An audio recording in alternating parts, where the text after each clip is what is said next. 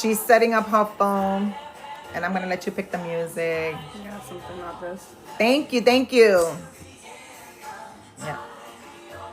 Pop it there. Thank you. She looks like her mama. You think so? You too.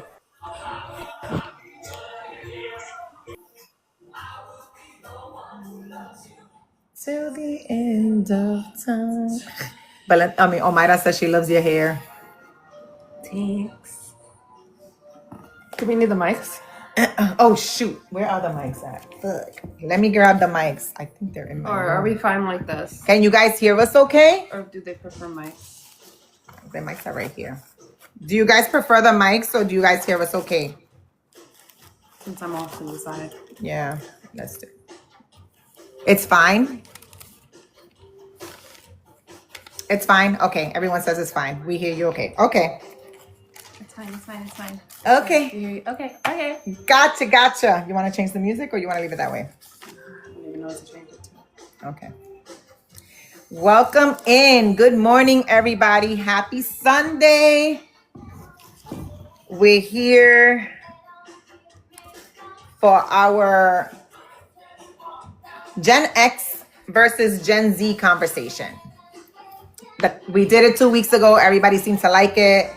And so we figured we'd do it again. But this time, I wanted to take a little bit of control over the conversation just because of a situation that's been going on in my family. And I'm going to add this disclaimer for any of my family members who are listening from the outside, being nosy. If you want to chime in, just join the conversation because this pertains to everyone that's just being nosy right now, basically. And yeah, we're going to start with that tone. So, and this comes back to generational trauma and breaking that trauma. And it starts with our children. So growing up, and I asked and I texted, a lot of my friends are on here. A lot of my personal friends are on here. Thank you for the follow because they know and they're aware. So I figured let's do this today because it also pertains to my kids, but I'm going to let her chime in. So a situation that I've spoken about in my family has occurred, right? And I'm currently not speaking to one of my family members. To be funny. And I've blocked said person from all of my social media, even from my phone, whatever, because I, at this point, want no more to do with going back and forth on the arguments. I don't want to do that. I'm tired of it and having the same thing going on, right? This goes back to being a child and, having your mom say, oh, but so-and-so, it's your cousin, or it's your this, or it's your that, and always having to forgive because that's what they expect you to do, right? And it's like, how much do you allow is the question. How much do you allow in your life to be done to you where you finally said, you know what, it's enough. It's enough and I'm tired. So with that, growing up, I went through tons and tons of competition. I was, out of my cousins, the ones with the least amount of anything. My parents did not make a lot of money. I lived in the projects. I went to public school. I did just all the regular stuff. My mom had food stamps for benefits and whatever. And I was the least of all. But I set up things for myself in my life that I was assured that I was not going to do for my children. And it was not repeating the same things. I made sure that regardless of how my marriage went, I was going to give my kids a better life than I had. And although I can't say my life was totally terrible, but it wasn't perfect. And I am glad that my children were born before other kids in the family so that it eliminated a lot of competition or people wanting to set competitions in motion. And still, I know people tried, especially with my daughter, and I would cut it immediately. This situation that is currently happening has been going on for months. I've had no communication with this person. Well, I should say, I've stayed away. This person has tried to reach out several times. And every time they reach out with a rather than taking full accountability of their actions, they still turn it back and towards me and my response. My reason for this and adding my daughter into this, because said person added my daughter into this. And that's where I say, no, you can't do that. Now you're not going to pit my child, although she's an adult, but she's my child. You're not going to pit her against me, because that doesn't work. That's something that would have been done back when I was a kid. Like, you could talk to so-and-so and say to so-and-so, oh, this person pissed me off, and so-and-so will get mad, but you're not going to do it with my kid. So my daughter had a lot to say to said person about the reaching out and what transpired. So I'm going to let her chime in and let you know her thoughts and her feelings, because they're hers. And please know that in no moment, my stepping away from this family member, have I ever told my daughter she cannot communicate with that person or anybody for that matter. However she decides to move forward, it's her decision, because she is a grown adult and she can make her decisions for herself. But this is the topic I wanted to start with. Can we know that? And so I'm going to let her tell you her thoughts, so you can see the difference on how we handle stuff and where the similarities may lie. So me, I started out by not responding at all to any messages, because when I was told about it, I was working and I was with a coworker who I was also like, hey, watch this thing with me and tell me what you think. Good This morning, non-party doesn't know me, doesn't know my mom. I mean, knows me from work, but like doesn't know me like, deeply. And I'm like, oh, my mom's just sending me this thing and is asking for my opinion about it. And since we work in the same field and the video pertains to our field-ish, let's watch this together and see what the vibes are going to be. So he watched it, and him being like a seasoned person in our profession versus me, a new person. And we're kind of getting the same message, which confirms her feeling, her intuition, her gut about what the message was. It validated what she was feeling, which obviously, pissed her off more, because that would piss anybody off to, get your validated feelings and feel like, not knowing what else to do with those emotions. So ever since then, it's like, yeah, like I mean, the blocking started happening on this one's end, which, do you, queen? Like, your block button is just as quick as your friend button. It takes me a while to get there. Like, it takes a lot for me to block somebody and totally like get them out of my life. I'm more of the person that's like, I'm gonna try to fix it and fix it and fix it, to the point where it's like sometimes I do too much trying to fixing that I feel like I might end up breaking it even more. And this was one of those situations where I was like, I'm getting the sweet responses that, like, I get them once in a blue, but now it's happening a little more often, where I'm like, what are the intentions behind these like loving messages? Because I don't normally always get them. I get them once in a while, but now again, it's happening more regularly. So I wouldn't respond, I mean, I respond like, very nice, very, I give a heart, or I'd like it, or I just, a simple love you too, thank you, blah, blah, blah. But this whole situation has been going on for what? Since June. Longer than 3 months, right? I'm a type of person where 3 months, it's like, if something's going on longer than 3 months, I'm like, yo, let's nip this in the butt, or let's keep it moving. Keep it moving, because I'm tired of hearing about it. I'm tired of feeling a certain way and not being able to move past it. Now it feels like a wall. And when I got... And not to cut her off, but I'm going to cut off a minute there before she continues. And this again to say, I am not putting her in the middle. I am not putting her in the middle. I do that to myself. This is what I've done. But this is what said person has done. But this is also something about putting myself in the middle. I've always put myself in the middle of situations where I feel like I could mediate, which is like, I took on a lot of yours and dad's problems because I put myself in the middle, a lot of them. But that's also because CJ is the type of person that throws himself away because he doesn't want to deal with it. Meanwhile, again, I'm the fixer. I'm like, I want to fix everything. That it ends up hitting me more than it's probably intended to, which has become part of like my life problem as an adult. So where did I leave off? Someone help me. Where am I at? Where are we going? How y'all feeling so far about what's being said? Yes. How are you guys feeling about what's being said? Do you guys have I any? can ramble. Yeah. What are your thoughts on what we've just said? You said life problem. Yep, that was the very last thing I said. What did I say before? You left that? off where you were giving love taps and stuff like that. Okay. Yeah, okay. So, Irving. Wait. Okay. Okay. Thanks for bringing me back. So Carly responded. That was a few months ago, and then I'll get little things more frequently than I have in a long time, like throughout the last few years. So that's why I'm like noticing a pattern of like, oh, you just got into this whole big thing with my mom, and now it's like message here, and I'm noticing, and I'm just like, okay.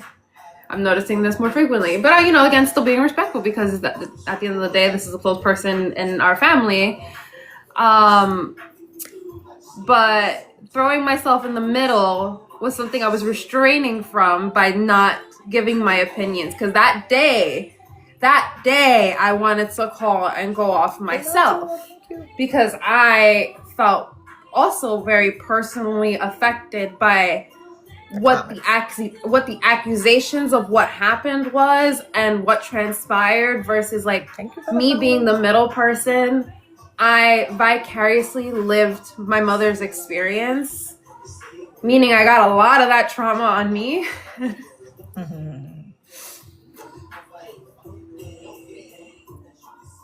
Take over. Okay, let's give her a minute. So this comes to that. This is my point. This was my reasoning for saying this. I'm also a very emotional person, so having this conversation today, I wanted to do it with her because of the effects that the conversations took place, right? So a lot of the argument that transpired was a lot of stuff that had been said already, had been said in previous arguments. And the core, what caused me to cut said person off was when they started bringing up my marriage and my failure of a marriage, right? So as she pointed out to said person, the only people who lived that, give me a second, Karen. The only people who lived that was her, my son, and myself. Everyone else pretty much took their space and no one was around to deal with that. And the only other people who helped me get through that were my people on here. Like Omaira, who's on here, Rosemary. I don't think Rosemary's in here, but they were the ones that were like help there to help me hold myself together.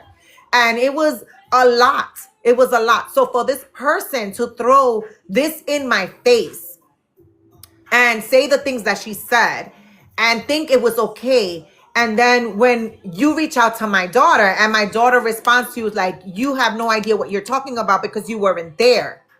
So, and then still say, oh, but your mom said hurtful things. Hell yes, I did. Because you're not going to come at me and attack me and then think I'm not going to respond. But then you're going to go and then respond to my daughter like, oh, but this. No, it's not but that. Please take responsibility for your actions. And the reason why I brought, yes, it isn't easy. And the reason I brought it on here was because this person also was like, oh, but you went all over TikTok talking about it. And I'm like, so now we're gonna bring it to TikTok. Now we're bringing it to TikTok and we're talking about it. Does this person usually communicate and reach out to Lexi on a regular basis? Not prior to all this situation. And that was part of like my message and like what I wanted to say.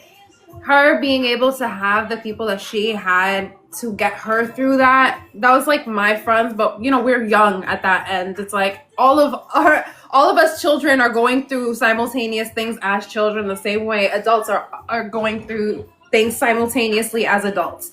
But as kids, it's like it's Melissa, we're so this is my daughter, Melissa. Thank you for joining. We're doing Gen X versus Gen Z conversation. Trauma. But now we're talking about generational trauma and a situation that is currently Thank you. Currently happening within my family and not between us, but within my family that have affected us both.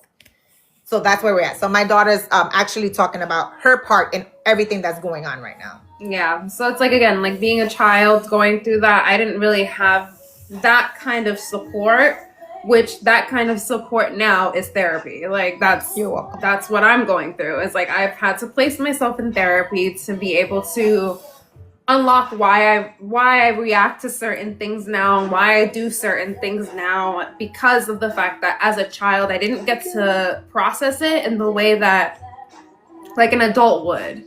A lot of what I had was like festered inside because being part of that middleman syndrome, being the fixer of everything, it's also trying to remain very neutral in situations.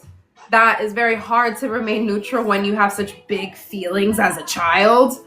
And then having to hold all of that in. And then now as an adult, all these things are like coming out, and you know, in therapy I've learned to have a voice and advocate for myself. Like even going to therapy, finding a therapist that was advocating for myself, because I was told that what I have is invisible disabilities and it's not taken seriously.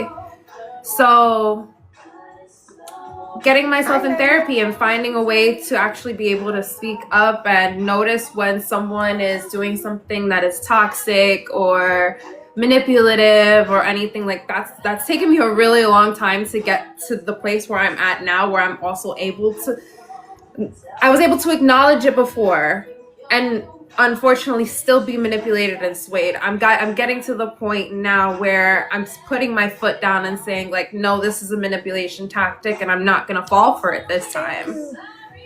So I held my tongue for months. And it reached the other day where I got a text, you know, reaching out, a text this time. Usually it was like an Instagram DM or something. And you know, it went from, I hope you're doing well. And I'm like, I hope you're doing well too. I think of you very often. And I'm like, okay, I feel like this is one of those opportunities where now it's going back and forth. So I guess I'm going to say what I'm going to say. And I said, you know, like, me too. I just wish, you know, you and my mom were not so estranged right now. Maybe things would be different.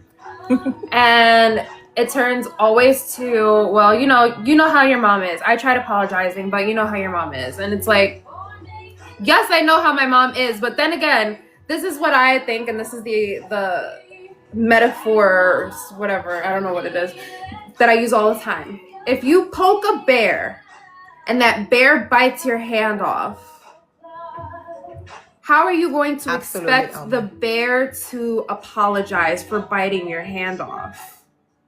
The same way, if you touch a hot stove, when your mother told you don't touch that hot stove, now you're hurt by it, and now you're mad at mommy for not telling you not to touch the stove, but you touched the stove anyways. Like, my whole thing is like, you can't expect apologies immediately after doing something that you initiated in the first place. Like, it wasn't that she started it. I'm sorry, you started it. So again, you poked the bear and you got bit. And now you're expecting an apology as if like one is owed to you, when there can be an apology if you approached it the right way, which was not handled the right way. Absolutely, Miss Amy. Yeah, exactly.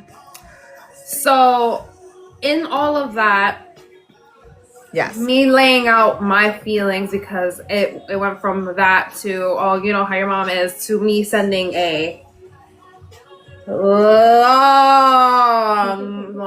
message. Basically saying, going back to Karen's question, in general, at that time, nobody reached out to me or CJ. Thank you for the follow.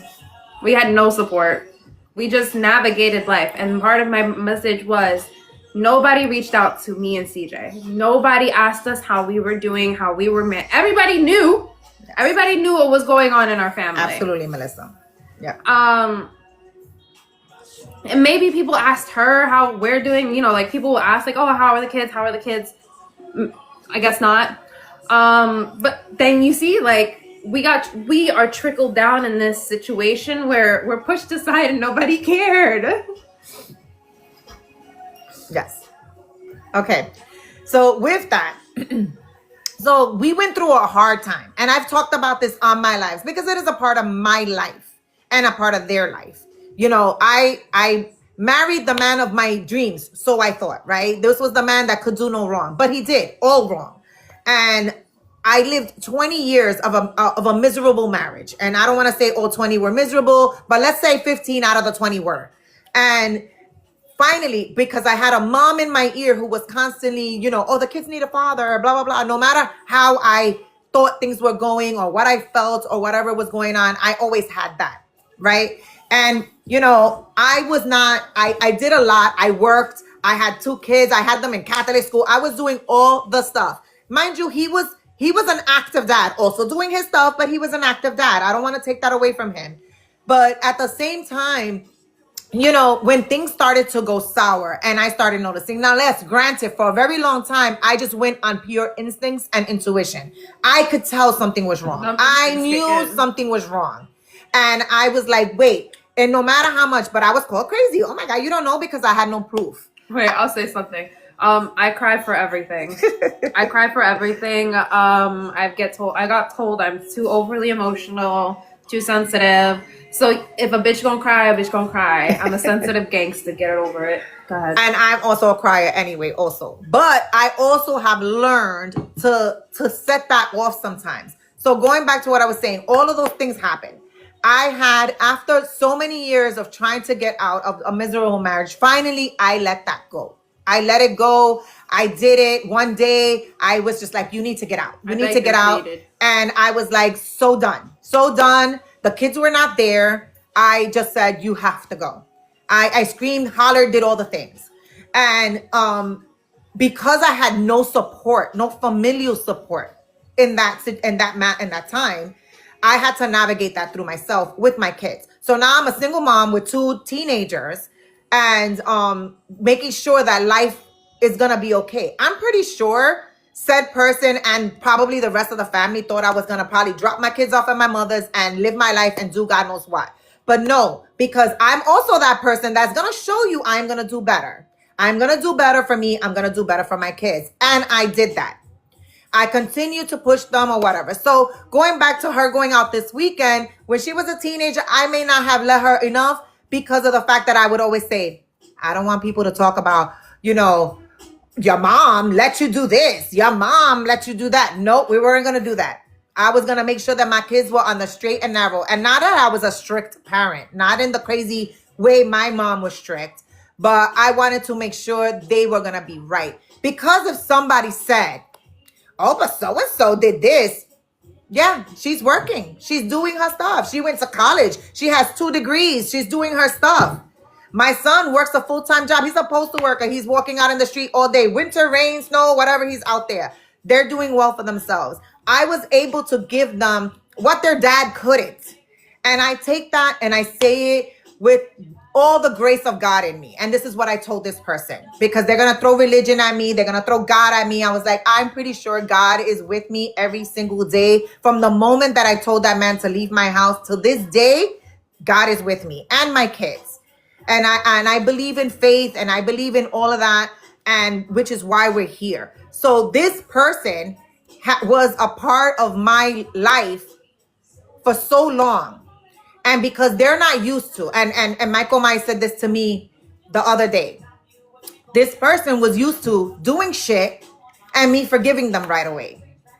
I'm not doing that anymore. We're not doing that anymore because you can't keep coming at me or give yourself some time where you feel is enough time and then come back to me and then throw something else at me again. We're not going to do that anymore. We're too grown, and I am not at a place where I want to always constantly be arguing. Yes, it is boundaries. I always got to feel like I'm on the defense with this person. That's me too. And that's exactly what I'm promised. I am your child. So I've gotten Yes. told a lot that my defensiveness is what my downfall is. And honestly, my defensiveness It is a toxic person. comes from what did you do to me to cause me to react that way? Right? But it's never about what they did to you. It's about your reaction to said situation, behavior, whatever happened. Like, and it's also really difficult to navigate that as an adult. It was more difficult to navigate that as a child. Because then I met the defensiveness of my mother, you know, then it was, if I try playing the middle person, part of navigating that middleness is trying to simmer her down, which maybe invalidated her feelings, which also causes that defensiveness. It's like, no, I know what I'm seeing. You don't know, you don't understand. And I'm here like, I'm seeing it and I understand, but I also need you to calm down. Like, I need you to take a deep breath. Like, even me as that child, I'm still that way now, where I'm like, I could do this with other people, I can't do this with myself. It's like, I need you to take a moment, I need you to take a chill pill, I need you to calm down, I need you to think more rationally. Yeah, this was fucked up, this was a bad situation, like, but we're gonna get through it. Like, again, can't do this for myself, but I will do this for everybody else. And yeah, so going back to my message to said person is, nobody reached out to me or my brother during this time and since. Like, even many years later, I'm 28 now, all of this happened, 14, 15, 16, 17, 18, all those years were really, really difficult to navigate. I can't even remember 12, 11. Like, I think those years are probably blocked out of my memory, 12 and 11. But all those years up until now, I have not received anybody asking me, how have you ever felt in these situations? Like, what was it like for you growing up in these situations? Like, were you okay? And I would have been like, maybe I would have lied and be like, yeah, I'm fine. But at this point in life, I would have been like, hell no. Like, that was traumatizing, and I had to navigate that. And, you know, I said to said person, I navigated that not only as a child, but through my mother, with my mother, and vicariously lived her experience, and her trauma was now my trauma. And I took on all of that, and nobody reached out to me and asked me that. So, but just to stop a moment, because one thing as a mom, we were in therapy. We were going to therapy. We were doing family therapy. They were doing individual therapy. I was making sure that my kids were getting the help they needed to be able to get through this. Even if they couldn't come to me and talk to me about whatever they were feeling at the time, they could talk to somebody else. Because I remember you reached out to a counselor at my school and was like, keep an eye on her. And then she started pulling me out of class more regularly. And I was like, what's happening? And it's because, like, so I was and still am very much a daddy's girl. Even though my dad is no longer with us, I was a daddy's girl. And I saw, you know, there were issues. I'm pretty sure everybody's seeing issues within their parents and whatever. Thank you so much. And but I didn't want that. I didn't want that for my kids. And unfortunately, they did see a lot of stuff, and they did experience a lot of stuff. And a lot of times there were things that you know, that their dad would do. And, you know, they weren't sure, like, what was going on and what was happening. And, you know, and then here I come in questioning stuff, and then this is going on. But she has always been a mommy's girl. From the womb, I kid you not, and people laugh, and she laughs as I say this, is because I felt she was not even, I think she was still going through the little transformation phases in my embryo, where I knew I was pregnant already with her. I didn't know it was a girl at the time, but I literally felt every emotion with her. I was sick as a dog for the whole 9 months. She made me sick, whatever. But we had this bond. And I say this, that I kid you not, the day she was born was the easiest delivery.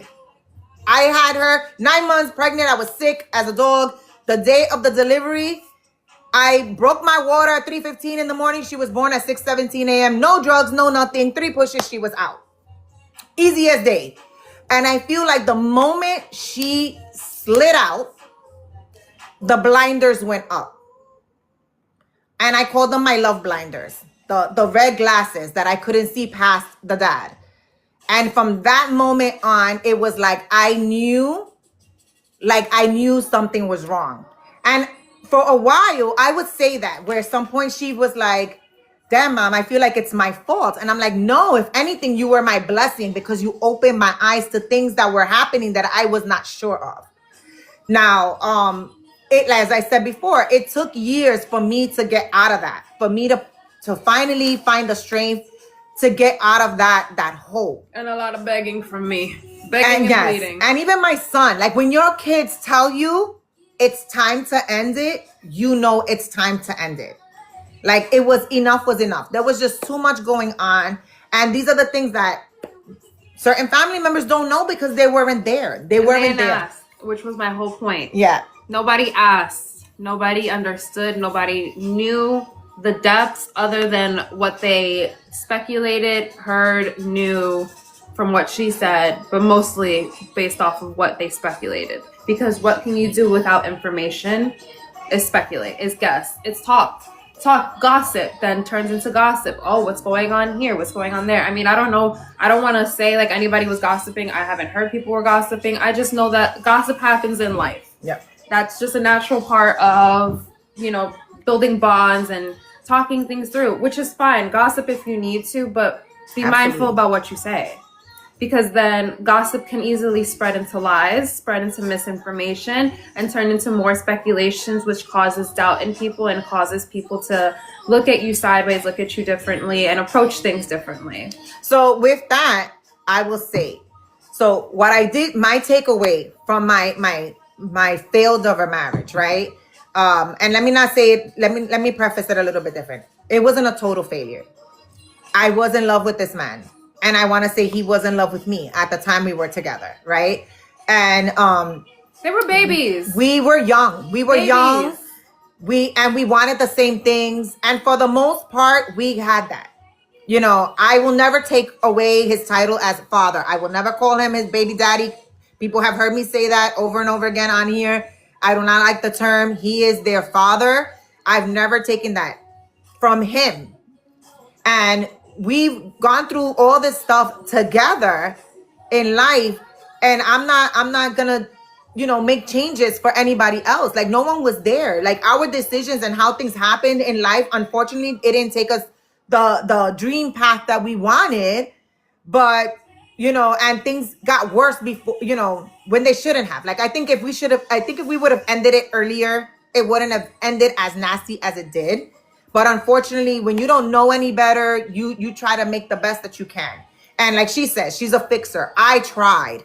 My friends can tell you, I tried to work on my marriage. I did marriage counseling. I did all the same things. But that goes back to what I said about fixing it and fixing it and fixing it and fixing it so much to the point where you break it more. Yes. So, and it did. So we ended up and it was, so very similar story. Yeah, this is why it's generational trauma. If these things are not unpacked here, it's going to happen again here. It's going to happen again here. It's going to keep happening. So this is when I come to people that say to me, oh my God, why are you still single? Because I'm still navigating through all the trauma that I went through in said marriage.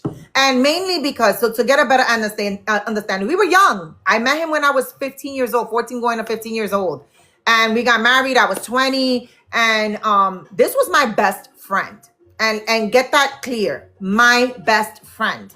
Somebody that I would go to for anything. Anything. I could tell him anything and never get any judgment from him. And I think, and I don't want to say he's a bad person. He's not a bad person. I will never say that. I think he made bad choices. And his choices took him down a path that obviously ended up hurting me and our kids. And for a long time, there was a lot of resentment. There's still a lot of hurt on my part. There's still a lot of trauma. We have since talked to each other. We've apologized for the stuff we've done to each other. We are at a better place in our life now that we can communicate like adults. You know, and for a long time, that wasn't the case. Like, we couldn't even talk 2 words to each other because it would end up in an argument. And this is again where I become the middle person. Thank you tell for your the dad follow. this, tell your mom this, tell your mom this, da da da da. Because then I'm also a petty person. I'm a petty person, and I would say little things. Like, for example, he got a car that we had when we were married. And so I would be like, oh, tell your dad, how does he feel driving the car that we had when we were married? Exactly, the eye roll. But she wouldn't do that. Rose is like, no. But then I would be like, so I'm like, at the same time, I was also navigating through my trauma. How do I get through my trauma? Exactly, it's a Sagittarius thing. I would nudge and be like, so you're doing this. It would be times, like, kid you not, for years, we would run into each other. I would go out. When I finally started going out and started, getting to know myself as a person, I would run into him with the current girlfriend. I'm like, oh my God, like, I divorced the man, and now I didn't see him in my marriage as much as I seen him as a single woman. Like, what kind of crap is that? But that's a lot. It says a lot about the stuff that we both like, which is all the commonalities. Like, this is why I was attracted to the man. We have a lot of things in common. But yes, we will run into him all the time. But with that being said, like there's pictures of you right here. Rose, it's Rose and him in the background. Wait. It's You can't change it. See, you this way, me this way. It'd be pretend you're him. I'm sitting here, and that's Rose. And this is Rose. Yes. Like, literally that happened one time. I have pictures, which is so funny of that. It was the funniest thing. But with that, like, now we can talk to each other. We could joke. We went to a doctor's appointment with her recently because it was, my poor daughter can't do needles and stuff on her own. So she had called him to go with her. He wasn't sure he was going to make it. I end up going. He still shows up. But we're just joking about it because that's what we can do now. We couldn't do that for a very, very long time. Well, I would be sweating Thank balls. you. There was one picture I had when we still lived in our other house where this was like one of the first times you went up to his car and you guys were talking. CJ's birthday. And I took a picture and I sent it to my friends and I was like, oh my God, is this civil conversation actually happening right now? Like, that was the reactions that I would give. And then my friends would be like, they're not fighting? I'm like, no! This is crazy! It does take time to heal, Melody. You're absolutely right. So this is the same situation that's going on, right? But can you tell a real truth? Of course I can tell a real truth. So I was heading to that. So with all of that was happening in that marriage, thank you for bringing that up. I've learned to be completely honest to the point that I am brutally honest. Because I have experienced so many lies in my life that might be considered an insult. Absolutely. People don't like hearing the truth. That's the problem. No one likes hearing the truth being told. So this is what this situation is about, because she's harping on a comment that I said, but she twisted it to suit her narrative, but they don't want to hear the truth. It is the truth. Like, I'm sorry, I'm not going to apologize for something that I said that was the truth. So I've always said this, and I've said this, a lot of my friends are on here right now. My personal friends are on here right now.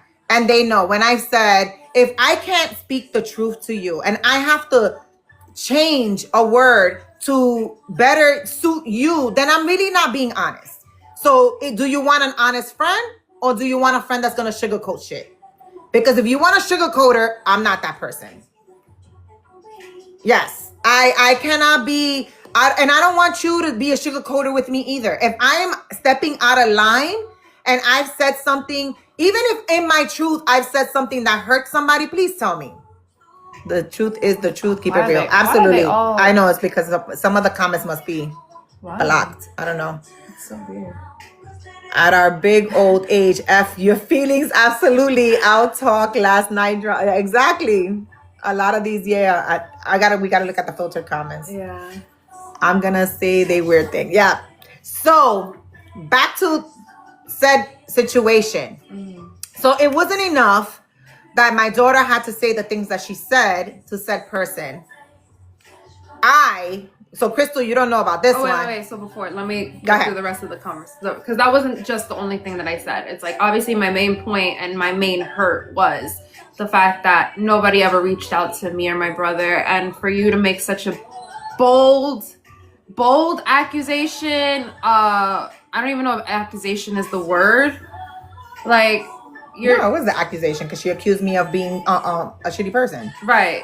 Okay, so yeah, to make such a bold statement without thinking of all the other implications, which again, this Hi, is me and my Mary. brother here. We are the implications that are not thought of.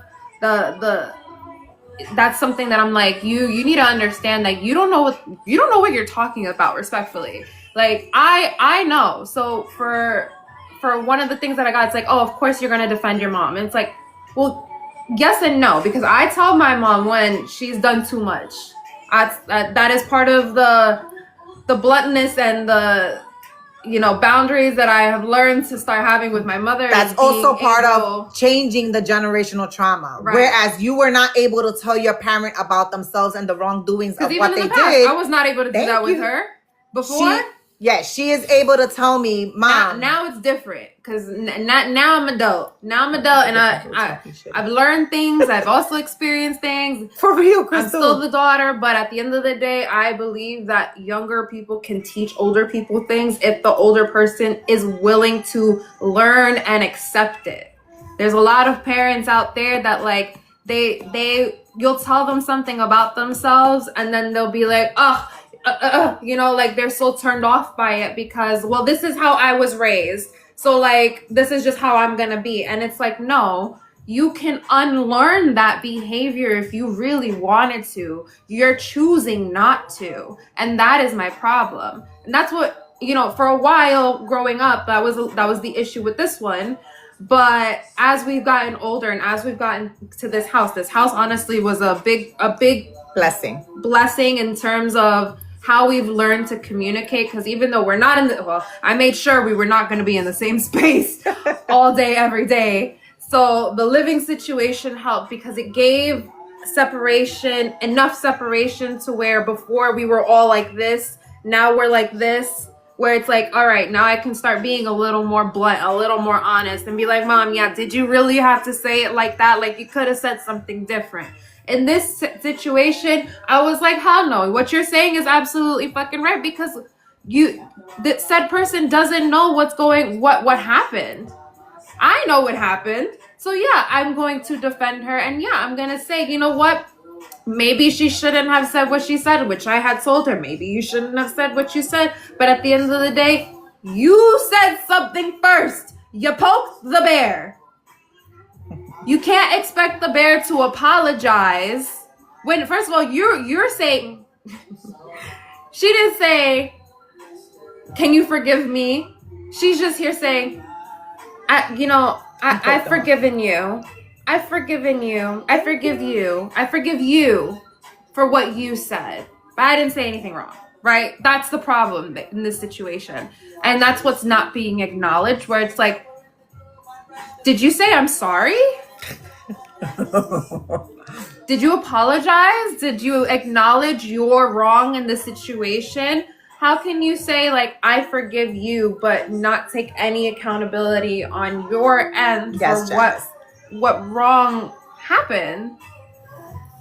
And that's exactly what it was. It's the basically the audacity to not take accountability for the things that you said as well. Like I can be accountable for the things I said. I know what I said. I'm not lying. I'm not holding any truth to that. I know what I said. And I said it all in turn to the things you said to me.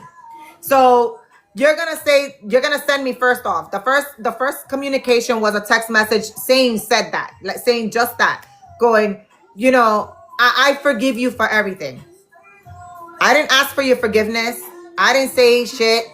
Yeah, I'm not doing that. All right, Mama, thank you so much for joining. And I'm like, no, we're not doing that. So I block you. You're walking through the street. I block you. And then now, so you have no way of reaching out to me, right? You do, but you don't, right? So you do. Yes. So then she turns to her to send, whatever, and then pulls her into the drama. One thing, and I said this before, I do not tell them, you can't talk to so-and-so. You cannot say anything to so-and-so. I am not that person. If I have an issue with someone, I am dealing with the issue myself. If I've chosen to set up a boundary and not reach out to some people, it's because that's what I am doing. I'm not telling my grown children, don't talk to so-and-so. So I'm just we're talking about generational trauma and family issues.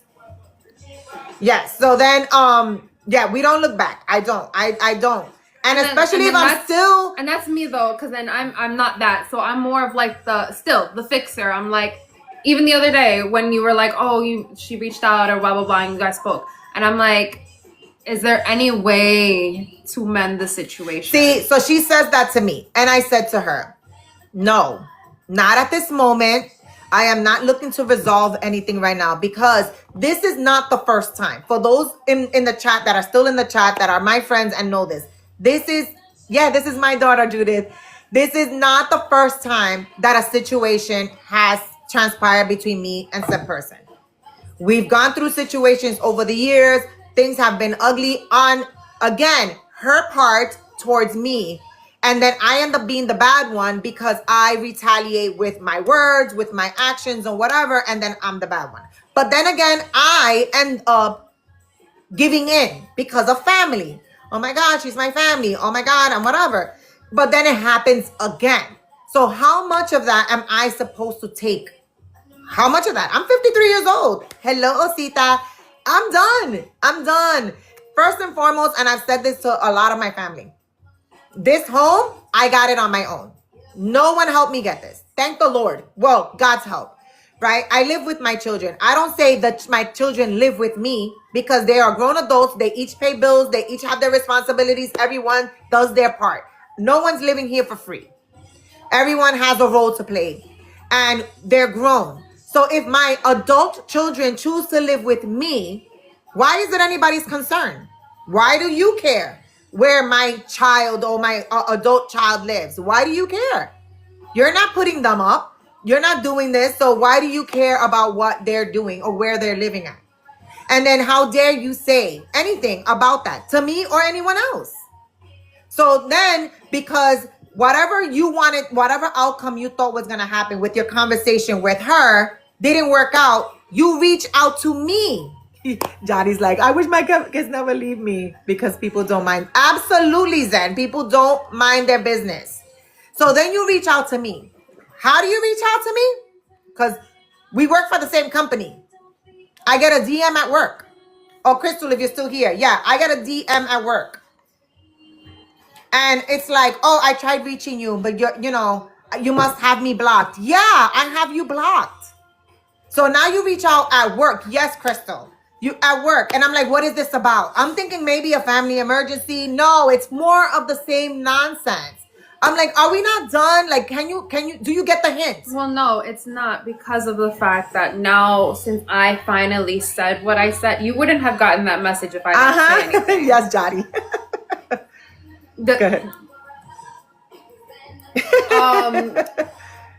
In case the chismosos are here. That's okay. Like Alexis calls them, the special ops. If the special ops are outside of the watching from the outside, that's fine. I don't care. At this point. What was I saying? All I let them be. They need to hear it. Absolutely. And I only say that because said person made a comment to her going, oh, I didn't go over TikTok talking about everything, but I didn't post the post. Oh, so I was saying, yeah, it's like all of this wouldn't have this wouldn't have happened. You wouldn't have gotten a message if I didn't say something. Absolutely. So is that apology because it's an actual apology, or is it because now it's like, oh shit, well, like Lexi feels some sort of way, so now I feel like I have to apologize. But again, it's a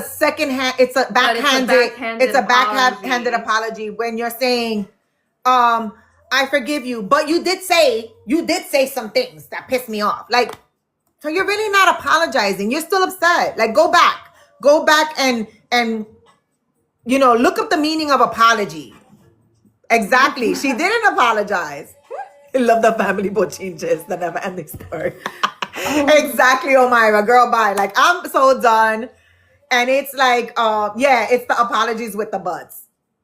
No, I can't. Like we live here. So like going back to her point about the home. After my divorce, and anybody who knew me and came to my old apartment, it was dark. Like I literally painted it dark. When I say it was dark. Everything was dark. Every room was dark. Every furniture was dark. And it was a dark place in my life. When we moved here, my walls are gray. My furniture's light. Downstairs is light. Everything is light. I was coming in here with my open heart to my new home with my kids. I told them I wanted no trauma in here. I brought nothing. God gave me the grace that I didn't have to bring anything that pertained to my marriage. Nothing. So that meant furniture, dishes, everything that I used in my marriage was gone. Everything. I was able to throw everything away. Wait, but then he tried giving me stuff. Then he tried giving her a damn crock pot that he had. No, it was not even the crock pot. The crock pot was new. All the other extra pans and spoons and forks and stuff. He tried giving her used products from his old apartment. I'm like, are you kidding me? Take that out, throw it in the garbage. I was like, we don't want that. Like, I literally wanted nothing in here that came from my marriage, basically. Because even if it was a gift, my thing about the gift was that was a cheap gift. Go buy your fucking daughter a brand new set. Let's see what I don't need right now. This is extra here. It was like as if I was going to fucking college. It's like, let me just give you what I got. Yes. So we didn't want it. We didn't want it here. And anybody can tell you, a select few people have been to my home. I am very selective. I have let this relative obviously come in because we're relatives. But I can feel like, come on, like, so you're not happy? Like, you know, in the argument, you're still bringing up stuff. I'm in a better place. Like, how dare you tell me bring up stuff and then say in the same token, oh my God, all this family does is talk about the past. You're doing that. So basically what I wanted in all of this ranting, it was basically to say, like, you know what? I've tried my best in my life not to live my life the way my mother raised me. A lot of the times, even now, when I talk to my mom about this situation, she was like, ay, pero, you know, I can entender. No, we're not entendiendo anymore. My grandmother's senile. Let me just... She's not senile. She's got a little bit of age-related dementia, but she's not senile. But my mom is the fix-it person also. She doesn't like drama. She doesn't like... the picture I got on FaceTime with her. She doesn't like any of that stuff. You know, she still lives in her little world. So she, you know, she goes, you gotta understand. And I'm like, no, mommy, we're not doing that no more. We're not doing that anymore. We are moving past that. We are too grown, and you're not going to drag my kids into my stuff with you, because that's where I draw the line. Like, I'm sorry. You and I have a problem. You and I have a problem. You do not get to involve my kid in your drama. Whatever your drama is, you're not going to, I don't do it with yours. You're not going to do it with mine. Yeah. Like Belinda said, she's like, tries to keep the peace like all of our parents. And that is something too, like from specific parts of family, I've removed myself for various reasons. And, you know, I don't know what anybody thinks of, oh, Lexi doesn't show up here anymore. She doesn't come around. And it's more of like, I don't want to put myself in spaces where I'll feel triggered. So it's more like, I'll just silently bow out. But if you cared enough, you would reach out, you know, like, and then that's what I don't get. So that only further tells me that I'm truly not cared about in those aspects. It's like, oh, it's always I'm thinking of you. I'm thinking about you. I'm thinking of you. Like, but like the thinking stops at, Alexis. All right, move on. You know, like that's kind of what that feels like to me. And it's toxic and manipulative. Yeah, toxic communication. Absolutely. So I don't show up to a lot of family functions, or I really don't show up to many family functions, depending on what part of the family is going to be there. Because there's just certain people that I have set a boundary of, I cannot be in the same room with you. And I'm also not going to make other family members pick and choose what family they want to hang out with, because the business is between me and said person. I'm not going to make that the rest of the family's problem. So if I can be like, hey, like, yeah, I'm just not going to show up, don't think it's because I don't care or because I don't love you guys or blah blah blah. It's just for my own sanity and my own protection that I can't be there. But again, if people cared enough, they would reach out more, and they don't. And that's only showed me that, like, that's why people try to be like, oh, family, like blood is thicker than water. It doesn't matter. It's a relative, Zen. Like, blood is not thicker than water. Like, chosen family is a thing, and I've come to have more family in my friendships than I've ever had in my family. And it's the same with me. Like those that are still in the chat that are here that are my friends that know me have become more of my family than my actual family, and it pisses people off. So not in my mess, we've evolved. But it's like, it's so crazy that I would say, like, even when I go on vacations, and my friends know this, is no, my side of the family, Zen. My kids actually, what? Hold on a minute. Let me read something about their aunts. They don't look for them. So, yep, you are right about blood is thicker than water. That is said. Well, while you read the comments, with my dad's side of the family, even then, like that was a big strain that me and my dad had to come to in terms of ourselves. Because like she said, I was never really a daddy's girl, but I was also never really a daddy's girl because, again, I'm seeing things, not knowing how to process things. All I'm seeing is my mother's emotions and my dad's lack thereof. Like that, like Sagittarius, Aries, man, like that was like two very different types of emotions. Well, it's also because he was living his lie and projecting his lie on everyone. So he needed to put up the front of, she's the evil one. I just did this, and that's that. So that was also his Aries part, is like, ooh, let me put that. So as much as I was barking about all of the shit that was going on, he was just like very stoic and not giving in because but as I always told them, I said, your father lives in his little truth bubble. And only the people within that bubble know his truth. And that bubble. And the minute people start to step out of that bubble and start to realize, and it started to happen. And I had said it to him because we were running around in the same circles. And a lot of times we would run into each other. And there were people that knew him, knew his story. When they would meet me, they would do, wait, you're the ex-wife? And they would question it.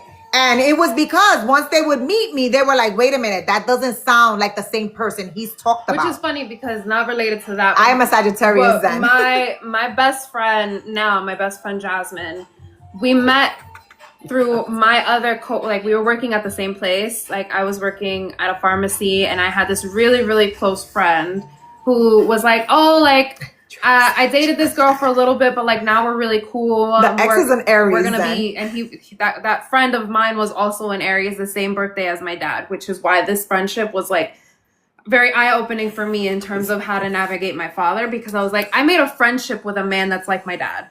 So now I got to see a little bit in that. So in being friends with him, he's like, oh, like this girl is gonna come work with us, blah blah blah. When Jasmine starts coming to work, she knows me, no obligation, but the first thing she comes to me and she says, you need to be careful with him, this said friend, because anything you have told him in confidence, he's told me, and I'm pretty sure he's told everybody else. Your name is in his mouth a lot, and he really has something out for you that I don't think you notice. And like, this is like maybe, and then a little while later, when we started to become more friends and we would go like on our lunch walks together, she would be like, you know, everything while we were dating, because then it was a while after that they broke up and then she started working with us. She was just like, everything that he had told me about you, like, you are not at all what I envisioned. Like, you are completely the opposite. I'm here thinking like you're the biggest bitch and that, you know, you think you want to run shit and blah, blah, blah. It was more so like, no, he was just mad that I got a promotion over him and I was there for a shorter time. So like, it was stupid shit like that like, I guess took over. And yeah, and then her warning, and I was like, yo, like, I really don't think me and him have been like this for over a year. Like, we go out to girl brunches after night, like me, him, and another closer, like, thank you, Mama. Things like that. Like, we had such a good friendship that I was like, I really don't think he would Say bye, Belle. Bye. I don't think he would do me dirty like that. And then a situation pops up where I'm dealing with a lot mentally, and I'm coping in certain ways, and telling him in confidence how I'm dealing with things, because this was the friend that I would go to when things were going wrong. And I see that, Zen, just to answer you, I see that mostly in an Aries man. yes, I have Aries female friends that are not like that, which is so weird. I mean, not weird, it's a good thing. But yeah, I've seen it a lot in Aries men, that they are that way. They are drama driven, everything. They're narcissistic. It's different. It shows up. It is Aries are drama driven. For men and women, it's just how they go about it. Right. Aries woman here. It's how you go about that drama that is different. The men perpetuates that drama. The women deal with that drama. Yeah. Which is, and then the reaction is completely different, because the man, yes, my ex is a March Aries. The man will be stoic in the sense, trying to be like well, you see, this is exactly why I said, this is the reason why I don't do these. Look at how you're reacting. I was right. This is exactly why. That's how they respond. Whereas the woman is like, "Rah!" Like it will come out all ours because you hold it in for so long until it happens. But yeah, so come to find out that said friend was then going to our manager at the time and releasing some of the confidential things that I told him, things in confidence, to her. And I don't know if it was out of concern, like the manager had said, but she was like, hey, like he came to me and told me that you're doing this, and like I just wanted to make sure you okay. And I'm like, why is he telling you this? That day I was working early and he was closing. So I went to him when he walked in, because our shifts were like overlapping, and I said, listen, you and I need to have a conversation. He goes, what? Why? I was like, what, like, where do you want to go somewhere? No, we're at work right now. We have a conversation that we need to have, and we're going to talk about this when you get out of work or when we have time. Not kidding. I did not get to have a conversation with him that day, because he ended up having this whole mental breakdown at work, cursed at the manager, set it off to the point where I think he had like a panic attack and like had the ambulance called and all this stuff. Like he had to get picked up, and then next thing I know, he was kicked out of the group chat. I was blocked on everything. So I was like, damn, like I didn't even get to have my conversation and confront you, because now you done blocked me. And I'm like, damn, I scared him that bad that I was just like, oh, you know I'm about to come for you right now. And it's the knowing when they've lied and they said things. So this goes back to how the conversation started to begin with. So this person has never confronted me in person. We've never had conversations or arguments or disagreements in person, because this person knows that, no, I am a retaliator if it isn't the consequence of your own actions. Absolutely. Mm-hmm. And I am very much the reactor. I react to everything. I'm not sitting here twiddling my thumbs to figure things out anymore. You say something and you're coming for me, I'm coming for you too. So one thing I have not, and I've stopped them, is like so my son is very calm. And I've said this before, he's very calm, but don't come at him. So one of the comments that triggered me the other day, and I've said this to a couple of people, was she commented saying, oh, to my understanding, you weren't there for the discussion unless it was recorded. I would never even think, my son is a Gemini. I would never even think to record. I would. I'm quick with the record I never, if you decide to have a conversation with her, it would happen. I'm quick with and the have record a new, button. because we'll be killing each other, Karen. That I don't know that can be. At least that can't be right now. And then wait, but then that was the thing too, because in asking her, oh, is there any way to me being the middle person, fix it person? I was like, I will sit there and I will mediate a conversation. But again, why should I put myself in the middle? And I wouldn't put her in the middle. But again, not you. But why would I? I'm going through all of this again in therapy trying to figure out why I've always put myself in the middle. No. So Karen, the person's spouse, No. first of all, Then, Leo. Where's that fairness? Yeah. You have your spouse Yeah. there. There's no spouse here. That's Yeah. a dynamic that we can't have. Like, it's different when that's a spouse versus a child. That would be like asking her child to be the other mediator, but her child is a child. Yeah. So it's like she's not going to understand, or she's not going to get her. She's definitely not being explained to. I mean, The from whole my knowledge, story. From my knowledge, I don't know what my cousin knows, but you know. See, but that's the thing. So this goes back to the circle of truth, the bubble of truth, right? Everyone is hearing. So where I've conversated this situation to certain people, right? I'm being totally honest. I have no reason to lie. And although I did not record it, my son was here that day when I was having this argument. I was on speaker with this person, FaceTime. My son heard the whole thing. And although he does not say anything, I'm pretty sure if said person was to say something to him, he would say, no, but you said this to my mom, because he heard it all. So I don't need to record it. I don't need to lie about what happened. Had a witness. My son was here. He literally came to me and said, I guess we're not going to someone's house today, because he knew from the conversation. He's not, Because that night we were supposed to go visit family, and we were both getting out of work late, and like, what was it? No, he was off, but you were getting out of work. Oh, late. I was getting out of work late, so then it like ended up being this thing. I was like, but we knew that this was the situation. We knew that I was getting out of work late. I didn't think it would be a problem. It's not like we've never been to your house late before. Well, the funny thing about the recording to me was like, see, I analyze everything. I overthink things. Recording is not okay. Wait, can you explain why you say recording is not okay? But wait. But let me answer Karen's thing. So to my point, in her, like, let's say I had recorded her, right? And she doesn't know, but she's telling other people her part, her story, her bubble, right? Remember her circle bubble. She's telling them a story, but now she knows, oh, wow, there's a recording.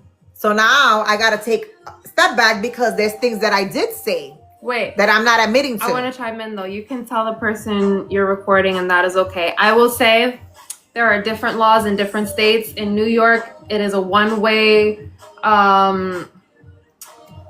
street of if I say I'm going to record, I don't have to tell you I'm recording. And that's just like for personal safety. Different states have different laws, so definitely take. But we're not talking about laws here. We're not talking about this. Is just people no, being narcissistic and be like, oh, did she record me? That's my mentality. But that's part of the whole process of like, oh, like recording is bad. Recording is bad state. Depending on where you are. Oh, thank you. One party state. Yeah, so if I'm here and I'm me personally, I view recording as having receipts and being able to say like, I'm a person who has really, like me as a person, I'm a person who has really bad memory. And obviously if I'm in a heated situation, I'm going to forget things because I'm honestly probably going to black the fuck out. So recording it and then listening back to it later can kind of give me that, be like, oh, wait, I wasn't tripping when I heard this. Or this is actually what was said. And going back to, if that person tries to say something, oh, I didn't say this. And I'm like, yes, the fuck you did. I have the receipts. That is why recording is okay. Trust me. And mind you, don't get it twisted, because then if the story switches up, get crazy, and you start calling me a liar, bitch, I'm hosting it. So that's the thing with me, is that I would have never thought of that. I'm still old school. So when we come about the Gen X, Gen Z part about this conversation and how this started, is I'm still very old school, and that I am still remembering shit from my head. No, I don't have to lie about it. No, I don't have to make up a story. And no, I don't have to record it because I know what I said. Now you want to change your story to suit your narrative, and now you're upset and you're saying whatever. Please tell me where I was wrong. Tell me what I said was wrong, and I will tell you where I am right. No, and then they go, you know what you said. You know what you said. You know what you said. And it's like, yeah, I know what I said, and you didn't like it. Yes, that's the problem. Yeah, so I'm just it's thank you for the repost, Lost Soul. Did she say something? Right? I don't know. Did you say something else, Zen? Report, because she said. Yeah, we thought that was it. Yeah. Okay, we're just making sure we didn't miss any comments. So with all of that, my whole thing and why I wanted to touch on this topic today is because this is what we're doing. The generation of, me, Gen Xer, her, Gen Zer, and how the differences are. But another thing I want to touch upon before anything else is that one of the things that, and I said this before, I've always been very clear and honest with my kids. Comes from all the stuff that we've been through. She goes out. One of my friends said earlier, I have her locations. She's like, oh, my daughter took me off of her locations. I have her location. It's not for me to be nosy. It's not for anything else. It's for me to know that my child is safe, regardless of how old she is. Good morning, Dasna. It's the same. She has my location. I sent my location to the trusted people. I'm like, here, this is where I'm at. I even said, thank you. I even said it to my dad. I was like, I'm gonna be in this location. Even when I moved, I was like, hey, just letting you know I moved. Like, I went to this location. Yeah. Cause like, yeah, and it's all about safety. Like, even if I go out, I tell them where I'm going, who I'm gonna be with. Cause God forbid, no one ever knows. Like, things can happen. I drive everywhere. God forbid I get into a car accident. Anything. She's going out somewhere. Like, she went to one location. She ended up in another location. She let her dad know so that at least he knows that she's in a different location. She had also texted me. I was asleep. But then she had said, I came to this other location. So it's not like, I'm like, oh my God, I need to know. I'm glad. Like, God forbid I wake up in the morning. She tells me she's someplace else and then she's not there. I watch Dateline. Yes, we do. We have to, and for my son, like, he gets annoyed at me because if I come home late, he'll be like last night, I'm like, I'm around the corner. So he opens the door for me and waits for me on the porch. He's like, okay, mom, you're coming. Sorry, did I freeze? They froze. So, you froze. So yeah, so he's like, you can't do that every night when I'm going to go get up in the morning, but I let them know. And it's about, that's a him problem. Like, yeah. He doesn't have to do that. And he does. Like, my brother has taken on the responsibility of playing dad. So he's the man of the house. Stop saying that. He has taken on the role of being the father, which is a joke me and my friend have, where it's like, oh, he's brother dad, or he's son dad to her, but he's taking on the dad role, and we're like, we have to remind him, like, you are not our father. Am I freezing up for you? Am I freezing up for you guys? I am the same way with my grown kids, 18 and 20. It's about watching out. Absolutely. This world is crazy. No, okay. Zen, it's probably just you. Maybe go out and come back in. Okay. But yeah, it's like, that's why I told him, like, stop calling him the alien house, because this is exactly why he tries to take control over certain situations. And I'm here like, bro, like, I'm not a child.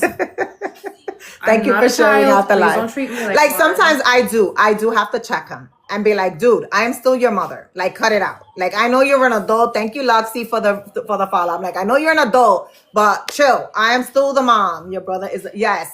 He is a protector, and he has become. But I also let them know, like, with this whole situation, I've had conversations with him, and I tell him, I'm like, you do know that I am your mom.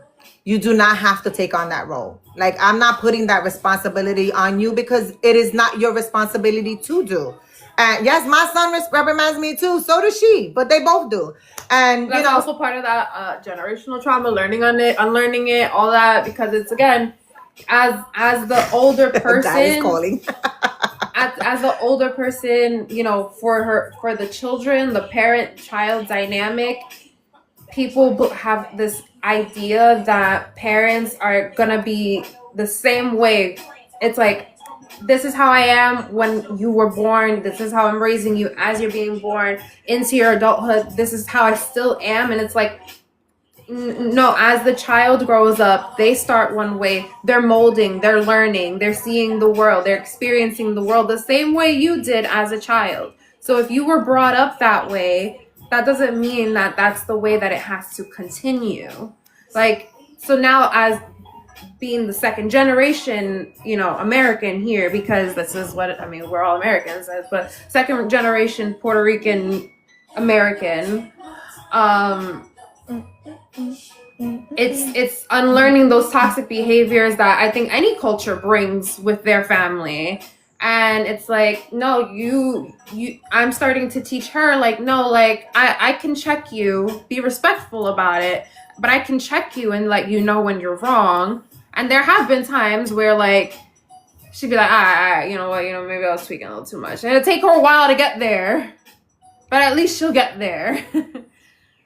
I'll get there. She'll get there. It just takes some time, and it takes some pissing me off too. But like, that's where I also have to have the patience, because I know she wants to do the work. It's just hard to get it out of her sometimes.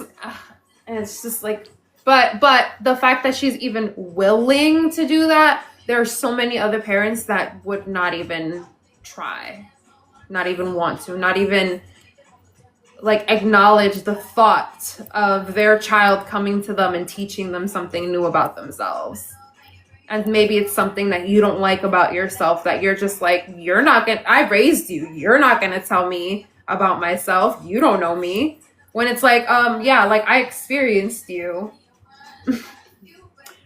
So are you going to unpack that shit or what? Hey, Barrel TV. Barrel TV. Welcome. Yeah. So it's like, are you going to unpack that shit? Or thank you, Omi. Or what? Because I learned the roots we're not going to communicate toxic. I learned the roots of good. Yeah, it's toxic communication. It's always toxic communication. My mom is very progressive and willing to learn from me. Greek, Latin, Italians, Mexican, all of them. Yeah, it comes back from it comes back from the childhood. Like, I know there's a lot of things that my mom went through in her life that kind of geared to us, growing up and whatever. And then, yes, maybe early on in their childhood, I still had a lot of that in me, and going through my own stuff in my marriage and bringing that into them, where in the divorce is where I pretty much learned. I learned who I was and was starting to be. I was no longer a we, I was a me. But navigating with two kids. Yeah, it's also because you kind of got stunted at your growth when you got married so young. You got married young, and you got married young to the person that you knew from when you were young. So you both were holding on to these versions of yourselves that was not yourselves anymore, that you needed to learn outside of both of that. So once you got separated and started to be your own individual people, that is where learning takes place. You can't have learning if you're in the same situation all the time. Yeah. Especially if the mindset doesn't change. Yeah. So now, like, for all the years that we've been through, like, it's been now, how many years? I can't even remember how many years we've been divorced. I think like 12 years. I was 15, 16. So 12 years. 12 years. Yeah, we would clash, but she would also understand all the time. See, my mother wasn't. My mother was, this is what I say, this is what I do, this is what you're going to do, whatever. So my mother was like straightforward that way. My father was the more understanding person. My father was the more liberal person in the household. And so my mom and they're still like, I still have trauma from my own childhood with my own mom that I've had to deal with and I've had to navigate through as an adult, which is why I've said to myself, I don't want to be that person to them. So I will have conversations with them separately. Like, I'll talk to my son about his life and, where he sees himself going. And I will talk to her and whatever. And I've given them. So yes, this home has been a grace for us because we all have our space. Like right now, my son is in the room. And although he has the door closed, I'm pretty sure he's hearing the whole conversation. And he's very well of whatever's going on. And my daughter has her space downstairs. So we have our own space where we can breathe and not be in each other's face. But at the same time, we'll come around and we'll spend time together. We'll watch TV, whatever it is that we need to do together as a family, we do it. So which is why we like at this moment, we're like, I'm not going to allow somebody to come in to our now bubble. This is our bubble. Now it's our little bubble and you're going to come in and put a dent in it because you're miserable on your side. Like, no, we're not going to do that. Presumably, allegedly, who knows? Yes, presumably, allegedly. She's a Taurus. Oh yeah. I'm a Taurus, Gemini rising, and a Virgo moon. Lord have mercy. And I'm a triple Sag, as everyone says. So I have the worst. So it's like, no. Taurus are mom peeps. Yeah. Love you, ladies. My mom is. All right, mama. Thank you. But yeah, so such a social butterflies. You know what? We are and we aren't. At least I am more now of I watch. I am more of an observer now on certain people and certain things because I've learned, when your own family shits on you, you kind of have to be a little bit reserved on being so social out there. I do have my friends and I do have those that are very close to me. Several are still in the chat with me. And but when it comes to this situation that's been going on now for a few months now, it's become difficult. No, I'm a December Sag. I'm a December Sag. Twin girls, one is social and one is not. Ah, there you go. Are they Geminis? Are they Geminis or the Sagittarius? Oh yeah, I don't know. I think she's talking about Sagittarius. Unless she's talking about Tauruses. I don't know. December Sag. Okay, they're twins. Twins. That's awesome. Yeah, but we have we're definitely yes, I know, Karen, just like my son, you're a Gemini. But it's it's just all of this. I wanted to touch on this topic today just because I feel like it's dragged on for so long. And although I've put up thank you for the heart me, I've put up my boundaries. The person is still trying to get through, still with their negativity, still with their thoughts, still with whatever. And I'm pretty sure the rest of the family has heard that version, whatever that version is over there. And it's funny because another family member had asked me, they were like, has so-and-so reached out? No. People don't reach out. Listen, my phone is dry half the time. The people I communicate regularly with are the friends in my chat. Those are who I communicate with regularly. Not one family member will pick up a phone to be like, oh, how are you? How are the kids doing? How's this? And I'm fine with that. Don't bother me. This is why I've said before in my chats too, when I go on vacations, if I choose to go to Tampa, to my best friend's house, and you're a family member who lives in Florida and know that I am in Tampa in my best friend's house, don't come questioning me why I'm not visiting family. Don't question me why I don't visit family. Don't ask me. If I have not reached out to you to say, I'm going to be here, I would like to see you, then I'm not planning to see you. Plain and simple. I'm not. And I've even said this to an uncle of mine recently. Oh, you always come to Florida. You want to see me? Pay for my ticket. Because if I'm paying for my own ticket to go somewhere that I want to go to relax and have fun, that's what I'm doing on my vacation. I'm not going to sit in a family member's house just to listen to family gossip. I'm not doing that. And I don't put that on them either. She's gone with me. She's traveled with me a couple of times. She'll come to my best friend's house and we'll be there. But she has fun. It's not I'm not trying to. Or I'm chilling. Yeah, I'm not trying to go on vacation to then be distressed about family nonsense, which makes no sense. And I'm not putting them through that. They're grown. Yeah. So, do you guys? Let's open it up to you guys. And what are your thoughts? What are your comments? We've done a lot of talking. Yes. Now that you've heard all of this, facts gotta go. All right. Enjoy the gym, Linda. She's like, questions, gotta go. She's like, I gotta go. Yeah. It's also cathartic to talk about, so. Yes, it's also helpful. This is a good thing. That's why it's oh, yeah, going on TikTok and telling, that's yes, I'm expressing something. This is my outlet. Better than punching you in the face, isn't it? Absolutely. And which is why I said before, the person will not come and address me in person. Person knows better. Are you completely done with that person and his?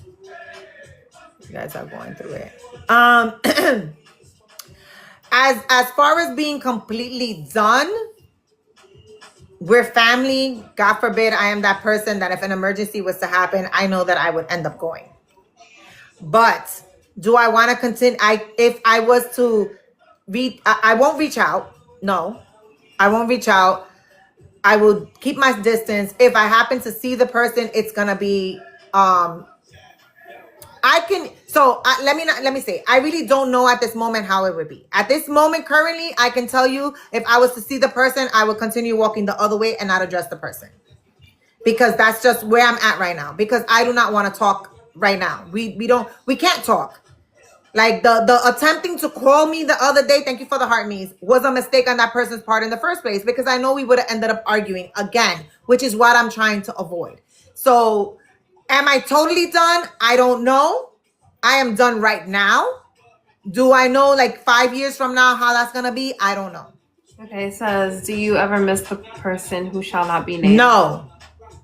No, Crystal. Zen said, if I shared about my family, we'd be here all day. They're obsessed with my life.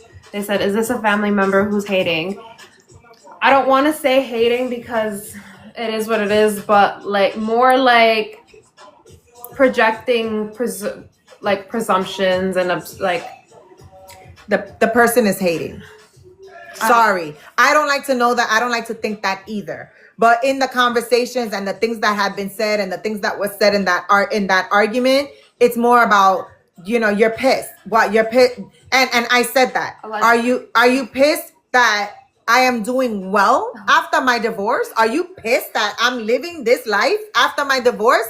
Or would you have rather that I stayed in a shitty marriage and then you would talk about, oh, she's in a shitty marriage. Like, so what do you... if you do, damn yes. if you don't. They said... because family situations, sometimes the negativity, we don't need that. Absolutely. Listen, I learned that when you are reaching spiritual shifts, God will separate you from those who don't. Absolutely. Absolutely. And I said that. Thank you for the follows. Thank you, guys. I do life alone because I'm not hosting a shit show for nobody. Period. And there you go. Don't celebrate your graduations. Absolutely. Good morning. No one needs a family member like that. No one needs anyone like that. They will be hating just because I'm kind and nice.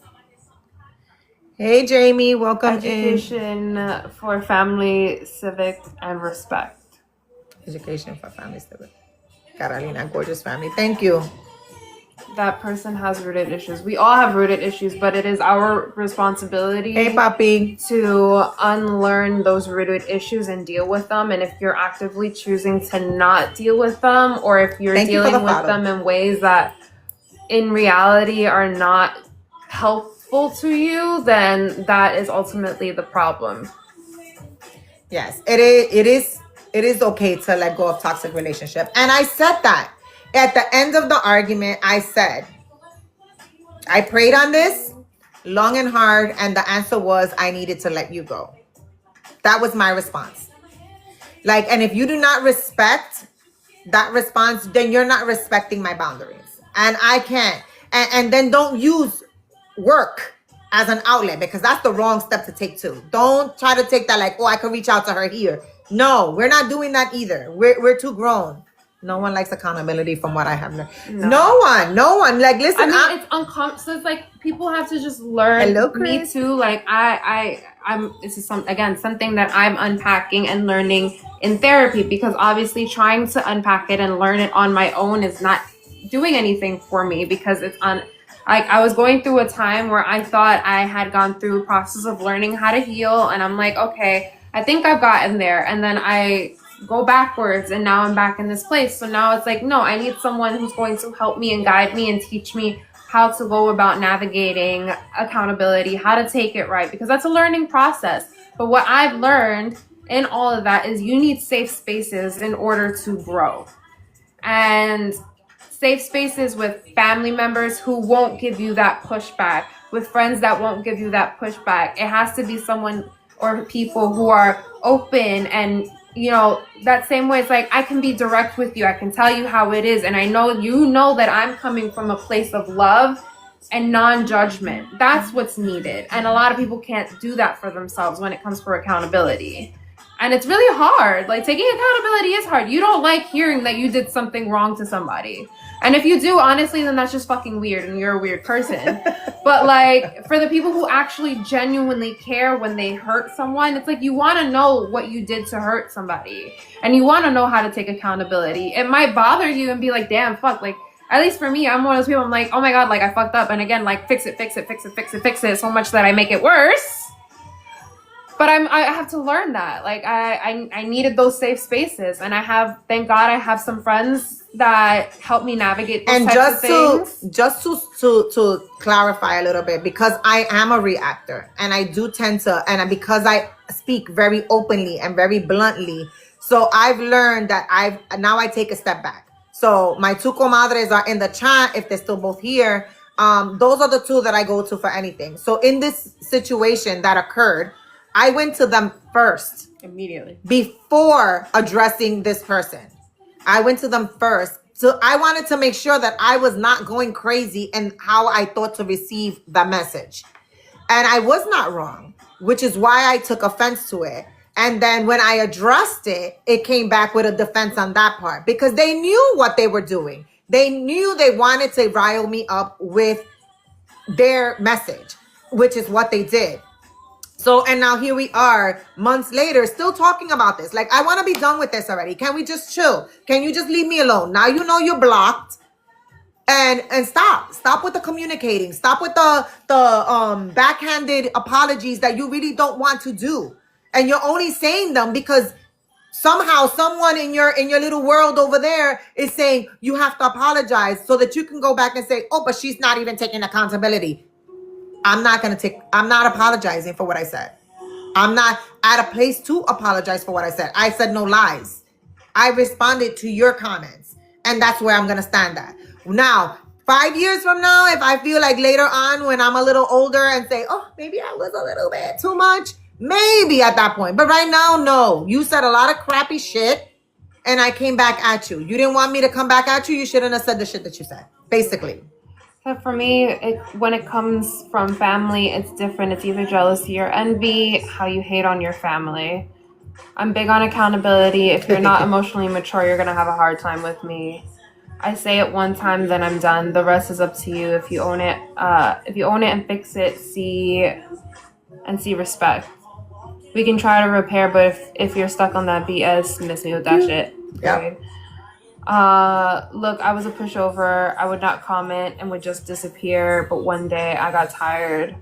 Oh, wait, what? Hold on. But one day I got tired to whatever. And then I got tired of complaining to my mom. Then my supportive, something support. Oh, your mom supported you. Just confronting the issue just like that. Rosemary said, you ain't crazy. She ain't. Because not only... Y'all that person loves to get a reaction from you. My coworker who knew nothing about my life at that moment. Like we had just started working together. I was like, hey, can you sit and watch this with me and make sure that I'm understanding what she's understanding, what they're saying? And he's like, he's a Gemini. He goes, yeah, your mom is right to feel that way. That's exactly the point what was being said. So basically it was like you started with this, but then you took it a whole other level because when I had a response for this, you didn't like my response. So now we're here. But anyway, because let's start tying this in because now we've been in 2 hours talking about this. I didn't want to lose my cousins, but in a minute. No more wedding rings. Listen, I was excluded from weddings. I've been excluded from stuff, and ask me if I care. No, I don't. Not anymore. Like when I was little, yes, I always wanted to be included because I always wanted to be a part of something. And my mom pushed me to be a part of something. But not anymore. Not when I've learned who the real people in my life are that matter. And if you want to be a part of that, and mind you, I've included this person in every aspect of my life. Every aspect of my life. And you still want to shit on me. So I'm not doing that anymore. I'm not going to sit back and be like, whatever. And if there are family members on the outside that are listening and being nosy and going back to go, oh, but so-and-so was talking about blah, blah, blah, blah, go right the fuck ahead. Go right the fuck ahead. I give you full on permission to say whatever you want. Even if I didn't give you permission, you're going to do it anyway. I don't care. I don't care. Because this is a phrase that I've learned to say to everybody. No one pays my mortgage. No one pays my bills. No one buys my food. No one does shit for me but me. And if you don't like what I have to say, take the blocking and just accept it. That's it. I'm wondering if we can get to 5K before we end. I mean, 50K, 50K. Oh, 50K. Oh, let's 50K get us to likes? 50K likes. 50K likes before we go. I support it. 50K likes. I think that's doable. I think y'all can tap your little fingers real quick. Yep, let's get us to We've been 50K. chatting. We've chatted. We've told you not only trust God and people who walk the walk. Absolutely. And listen, not everyone has to be like I. And with that being said, are you gonna sing again? Crystal wants to hear you gonna sing again. What do you want me to sing? Uh-oh. She's like, what do you want me to sing? This person is supposedly born again. So that's a whole other topic, which I'm gonna keep off of here just because I don't like to go into the whole religious aspect of stuff because people will believe what they want to believe. You know, and it's all for them. I forgive because people cannot give you what they don't have inside. You know what? That's good. I'm glad that you can do that. I honestly, if I forgive, that doesn't mean I'm gonna forget. So then a lot of times that some And then it's freestyle, just but I'm enough. okay with Skylar. Oh, she likes the Skylar sisters. Oh, you like it? I love the way she sang it the other day too. Thank you for the rose. Thank you guys so much for being with us. Let's get us oh, not your bio that you can forgive and still not be around. Absolutely. Absolutely. It's called boundaries. What's good? Hello, Katie 31. Buenos dias. Come on, guys. Let's tap that screen. Let's get us to 50K. We still got 3 minutes on here. I'm doing Actually, it how too. much time I have on here? If I'm doing it, y'all should be doing it too. We still have 3 minutes on here. Let's everybody tap. I love that with each decade I learn more and it helps. Thank you for the heart me. Yes, I wish that too. Listen, honestly, I don't bother anybody. I don't get in anybody's business. Everyone lives their life. Everybody has their life to live. I don't have a right to tell you how to live your life. Your finger broke, AP. But so you don't have a right to tell me how to live mine either. I love that you are supporting me. Absolutely. And this is the prime example. So Crystal, who is my coworker, is on here. So I'll touch on this a little bit. And so Crystal's on here, and Crystal's my lunch buddy. We work together. She's my lunch buddy. I talk to Crystal about stuff because, as I said, I'm very truthful and honest. So prior to this situation, there was a little comment and whatever. So said person texted my daughter and was like, if your mama does something, blah, blah, blah, blah, blah. And we were both looking at her like, I couldn't be like dead ass, you're texting my daughter. So this is where I was saying before about pitting somebody against the person. Like, how dare you? Ooh, with the real siren. Oh, you lit up my gift gallery. I think we're all done with the gift gallery We now. also reached 50K. Everything. Yes. Is there? Wait, where's the applause? Can you do Oh, the applause? hold on. Let's do the applause. Sound effects. That's a 50K. Yes. So this is what I'm saying. Like, how do you do that? And I even said, how would you like it if I text your kid and say, oh, if your mama does this, let me, like, what are we doing? Like, do not pit one against the other. I'm not doing that. I didn't pit them against their dad, and I didn't do that with them. You know, it's not a place. Like, you shouldn't do that. I didn't like it growing up. Like, oh, you gotta pick this person is better than this person. No. We're not doing that. And you're not gonna put my own child against me. It doesn't work that way. Unless she did something wrong, I would tell her. And that's the thing. I would tell her. I wouldn't tell you that I told her. Yeah. That's something between me and my mom where I'll be like, Mom, like, you fucked up. Like, and that's for us to have a conversation. But I'm not going to sit here and, again, validate whatever angst, beef, whatever speculation you got going on. I'm not going to egg that on to you. I'm going to address it to the person that is being, the person in question. Because it was a performance. Absolutely, Crystal. Absolutely. And that's what it boils down to. It's all a performance. And everything. And even like this whole reaching out in the last couple of days, it's all a performance. So they can go back and be like, well, I reached out to so-and-so. It's performative. Yeah. Yeah. And it's like, no, we're not doing that. But we are on 2 hours, guys. Thank you again so much for being here with us, listening to our generational trauma conversation, the family bochinche and whatever. Thank you those that joined. Thank you for your gifts. Thank you for being here, for your comments. Thank you for your positive responses. They're well received. Thank you for And listening. thank you for listening to all that we had to say. And we might do it again in 2 weeks. Maybe. But we'll keep you informed if we go back and we You'll have see me another. if I do. You're welcome. And yeah, and I'll share it out if we're going to do another mother-daughter conversation. But I hope you guys, thank you. Glenn, you're late. Have a great day, everyone. Enjoy the rest of your Sunday. Remember, you got to go to sleep early tonight because, you know, we just lost an hour. I say we lost an hour. They say we got one back, but I say we lost an hour. I got to get ready because I go back into the office tomorrow. This was cathartic. Thank you so much. Yay. It was also It was. cathartic for us as well to talk about it because I feel like we needed to talk more about it. And I had told her, I said, let's save it for Sunday.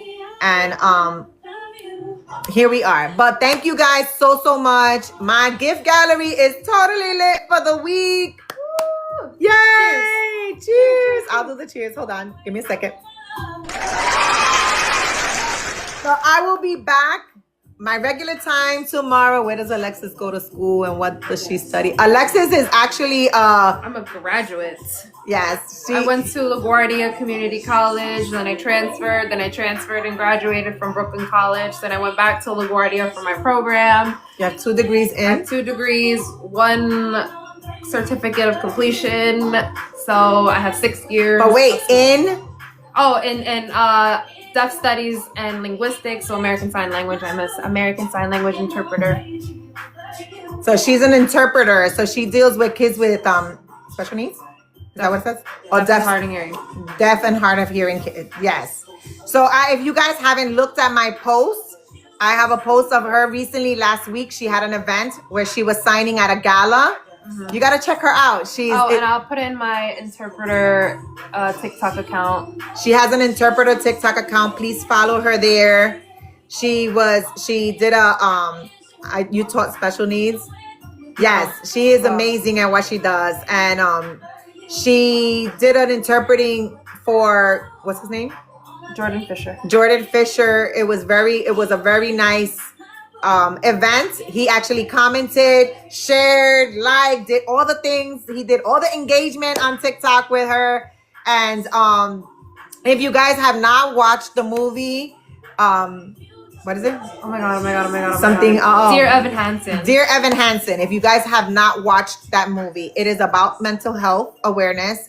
It is very, very sad because 2 minutes in, she and I were bawling the whole time. And crying the whole time. it is a very, very good movie. So the song that she was interpreting for is the first song in the movie. So you guys have to watch that movie. It's so good. But we're going to leave it here. Thank you guys. Thank you guys for joining. I'm 28. I'm 28. Yeah, she's 28. All right. Bye. Yay! Dear Evan Hansen is the name of the movie, Mama. Dear Evan Hansen. Yes. So It's also a Broadway play. it's also a Broadway play. But thank you guys all for joining. Repeat the name. Dear Evan Hansen. Dear Evan Hansen. Yes. I'll type it in the chat.